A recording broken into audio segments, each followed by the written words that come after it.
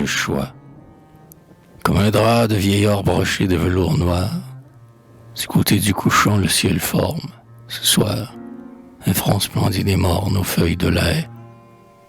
C'est l'heure de silence où notre âme s'effraie dans la rapidité des jours et des saisons. Il lit sa fin prochaine au deuil des horizons. Que de soleil, depuis que je rêve en ce monde, sont ainsi descendus par leur route profonde, dans le stérile éclat de leur règne emporpré. Et j'ignore combien désormais j'en verrai.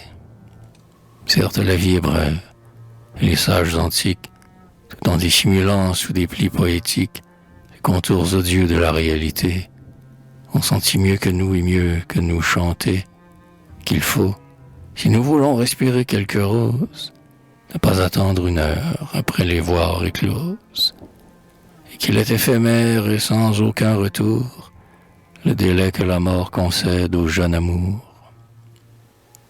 Mais je comprends aussi que des âmes très tendres, s'attristant de bonheur réduit si vite en cendres, se tournent vers un monde idéal et futur, que, prise de vertige, elles trouvent plus sûr de s'abstenir d'un bien que bornent les années, et, se précipitant vers d'autres destinées, ne veuillent plus qu'un ciel où l'on puisse s'unir dans la paix d'un amour qui ne doit pas finir.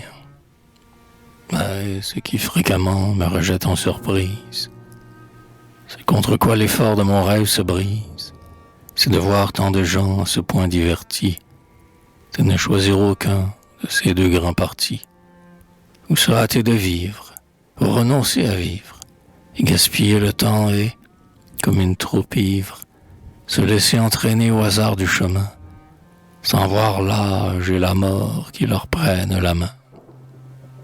Négliger à la fois les choses éternelles et l'immédiat attrait des faiblesses charnelles, et perdre aux entretiens frivoles des salons ces jours, pour moi si brefs, qui leur semblent si longs.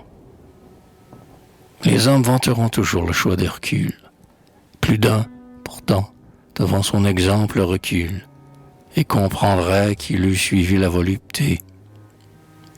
Mais que se dit l'Olympe et la postérité, si le héros n'avait de ces deux conductrices choisi l'une ni l'autre, et loin des sacrifices, comme loin des plaisirs, s'il eût, sans but aucun, sans accepter l'épine ou vouloir le parfum, mis ses pas dans les pas stupides de la foule, qui devant elle va, comme un troupeau s'écoule, au hasard, sans prévoir au remords ou au regret, il se rue à l'abîme avec des yeux distraits.